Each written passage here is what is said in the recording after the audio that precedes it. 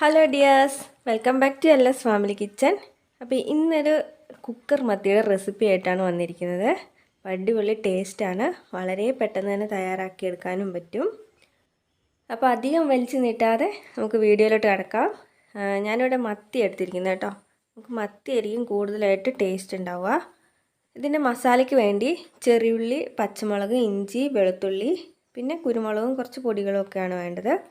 ഇപ്പം നമുക്ക് ആദ്യം കുറച്ച് ചെറിയുള്ളി, ഒരു 13 ചെറിയുള്ളി, 12 വെളുത്തുള്ളി, ഒരു 2 കഷ്ണം ഇഞ്ചി, ചെറിയ കഷ്ണം മതി, പിന്നെ 2 പച്ചമുളക്, പിന്നെ ഇതിലേക്ക് വേണ്ടത് കുരുമുളകാണ്.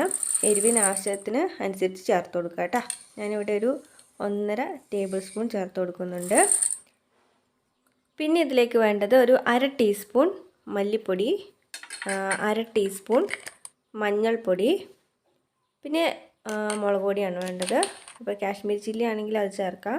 ഇതിപ്പോൾ രണ്ടും കൂടെ മിക്സ് ആയിട്ടുള്ള പൊടിയാണ്. അതൊരു 1.5 ടേബിൾ സ്പൂൺ ചേർത്ത് കൊടുത്തിട്ടുണ്ട്. അപ്പോൾ ഇതെല്ലാം നമുക്കൊന്ന് നല്ല പേസ്റ്റായിട്ട് അരച്ചെടുത്തിട്ട് വരാം. എന്നിട്ട് ബാക്കി പണി നോക്കാം കേട്ടോ. ഇപ്പോൾ നന്നായിട്ട് തന്നെ പേസ്റ്റായിട്ട് അരച്ചെടുത്തിട്ടുണ്ട്. നമ്മൾ വെള്ളമൊന്നും ഒഴിക്കാണ്ടാട്ടോ അരച്ചെടുത്തത്. ഉള്ളിയിലെ വെള്ളമൊക്കെയാണ് ഇതിലുള്ള. നന്നായിട്ട് അരഞ്ഞു വന്നിട്ടുണ്ട്. ഇനി നമുക്കത് കുറച്ച് വാളൻപുളിയുടെ ആവശ്യമുണ്ട്. അപ്പോൾ പുളിക്കനുസരിച്ച് വാളൻപുളി എടുക്കുക. അപ്പോൾ എനിക്ക് കറിക്കൊക്കെ നല്ല കുറച്ചധികം പുളി വേണം. ഞാൻ ഇത്ര പുളി എടുക്കുക കേട്ടോ. അപ്പോൾ ഇത് നമുക്ക് കഴുകിയിട്ട് വെള്ളത്തിലിട്ട് വെക്കാം. ചൂടുവെള്ളം ഒഴിച്ച് വെക്കുവാണെങ്കിൽ പെട്ടെന്ന് തന്നെ കുതിർന്ന് കിട്ടും. കഴുകി നല്ല തിളച്ച വെള്ളത്തിൽ തന്നെ ഇട്ട് വെക്കുന്നുണ്ട് കേട്ടോ. നമ്മൾ മീനിന് ഇങ്ങനെ വാരിയിട്ട് കൊടുക്കാം. പൊരിക്കാൻ എടുക്കുന്ന പോലെ എല്ലാത്തിനും കുറച്ച് വാരിയിട്ട് കൊടുക്കാം. ആ മീൻ മുഴുവനും വാരിയിട്ട് എടുത്തിട്ടുണ്ട്. ഒരു 13 മത്തി ഉണ്ട് കേട്ടോ. അപ്പോൾ ആ 13 മത്തി എടുത്തിട്ടുണ്ട്. അതിൻ്റെ ആ ഒരു അളവിനാണ് ഞാൻ മസാല എടുത്തിരിക്കുന്നത്. അപ്പോൾ നമ്മൾ നേരത്തെ അരച്ച് വെച്ചിരിക്കുന്ന മസാല വേറൊരു പാത്രത്തിലോട്ട് ഇട്ട് കൊടുക്കാം. ഇനി ഇതിലേക്ക് വാളൻപുളി ഒഴിച്ചു കൊടുക്കുന്നുണ്ട്. അപ്പം പുളിക്കനുസരിച്ച് ചേർത്ത് കൊടുക്കുക കേട്ടോ. ഇനി ഇതിലേക്ക് ഉപ്പ് ചേർത്ത് കൊടുക്കാം. ആവശ്യത്തിന് ഉപ്പ് ചേർത്ത് കൊടുത്തിട്ടുണ്ട്. അപ്പം നമ്മൾ ഇതിൽ തന്നെ പുളിയും ഉപ്പും എരിവും എല്ലാം നന്നായിട്ട് തന്നെ മിക്സാക്കി കറക്റ്റാക്കിയതിന് ശേഷം മാത്രമാണ് കുക്കറിലിട്ട് കൊടുക്കുന്നത്. നമുക്ക് കുക്കറിലിട്ട് കഴിഞ്ഞ് പിന്നെ ഇളക്കാനൊന്നും പറ്റത്തില്ലല്ലോ. അതുകൊണ്ട് ഇതിൽ തന്നെയായിട്ട് നമ്മൾ മസാല കറക്റ്റാക്കിയതിന് ശേഷം കുക്കറിലിട്ട് കൊടുക്കാം. ഇനി ഉപ്പും പുളിയൊക്കെ കറക്റ്റാണോ എന്ന് നോക്കുക. കുറച്ചും കൂടി ഉപ്പ് വേണം. പുളി പാകത്തിനാട്ടോ. കുറച്ചുകൂടി ഉപ്പിട്ട് കൊടുത്തിട്ടുണ്ട്.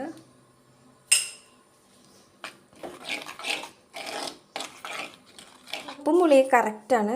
അപ്പോൾ ഇനി ഇത് കുറച്ച് തിക്കായിട്ടുള്ള കുറച്ചും കൂടി ഒന്ന് ലൂസാക്കി എടുക്കണം. അല്ലെങ്കിൽ നമുക്ക് കുക്കറിലിടുമ്പോൾ അടിക്ക് പിടിച്ചു പോകും.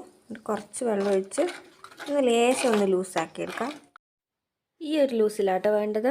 ഒരുപാട് ലൂസും ആകരുത്, ഒത്തിരി തിക്കും ആയി പോകരുത്. അപ്പോൾ ഇനി നമുക്കിതിലേക്ക് മീൻ ചേർത്ത് കൊടുക്കാം.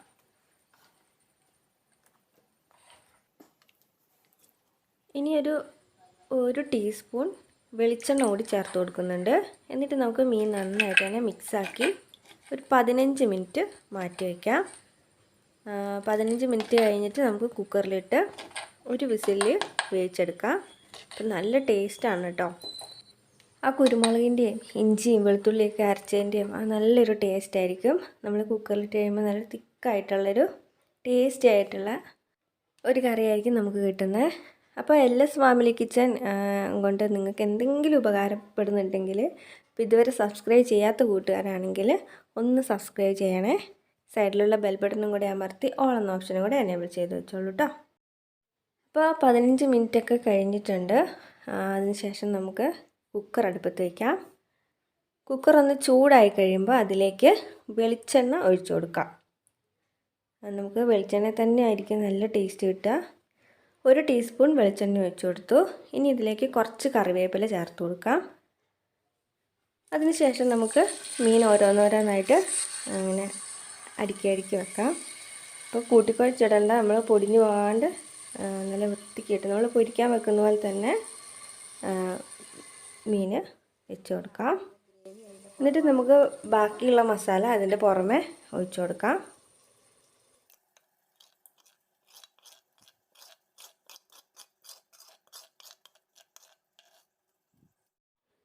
ഇനി ഇതിൻ്റെ പുറമെ കുറച്ച് കറിവേപ്പിലയും കുറച്ച് വെളിച്ചെണ്ണയും കൂടെ ചേർത്ത് കൊടുക്കുന്നുണ്ട്. 1 ടീസ്പൂൺ മതിയാവും. നമ്മൾ മസാല ആക്കുമ്പോഴും ഒക്കെ ചേർത്തിരുന്നു. അതുകൊണ്ട് 1 ടീസ്പൂൺ വെളിച്ചെണ്ണ കൂടി ചേർത്ത് മൂടി വെച്ച് ലോ ഫ്ലെയിമിൽ വേണം നമ്മൾ കുക്ക് ചെയ്തെടുക്കാനായിട്ട്. അപ്പം മൂടി വെച്ചിട്ടുണ്ട്, ലോ ഫ്ലെയിമിൽ വെച്ചു. അപ്പോൾ ഇടയ്ക്കൊന്ന് ചുറ്റിച്ച് കൊടുക്കാം കേട്ടോ. വളരെ കെയർഫുള്ളായിട്ട് മാത്രം ചുറ്റിച്ച് കൊടുക്കുക കേട്ടോ. കുക്കറായതുകൊണ്ട് പൊട്ടിത്തെറിക്കുകയും ചെയ്യരുത്. അപ്പോൾ അങ്ങനെ ചെയ്തില്ലെങ്കിലും കുഴപ്പമൊന്നുമില്ല. ഇപ്പോൾ ഒരു വിസിൽ വന്നിട്ടുണ്ട്. നന്നായിട്ട് തണുത്തതിന് ശേഷം മാത്രം തുറന്ന് നോക്കുക കേട്ടോ. അപ്പോഴത്തേക്കും നമ്മുടെ മത്തിയൊക്കെ നന്നായിട്ട് വെന്ത് ആ ഉപ്പും പുളി എരിവൊക്കെ നന്നായിട്ട് തന്നെ പിടിക്കും.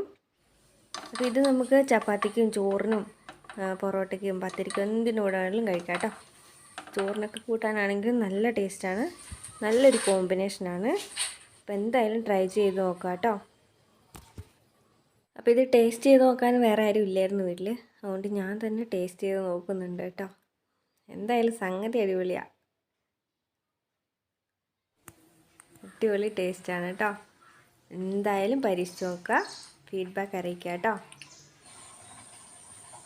അപ്പോൾ ഇന്നത്തെ വീഡിയോ എല്ലാവർക്കും ഇഷ്ടപ്പെട്ടെന്ന് കരുതുന്നു. എന്തെങ്കിലും സംശയം ഉണ്ടെങ്കിൽ കമൻറ്റ് ബോക്സിൽ ഇട്ടോ കേട്ടോ, മറുപടി തരാം.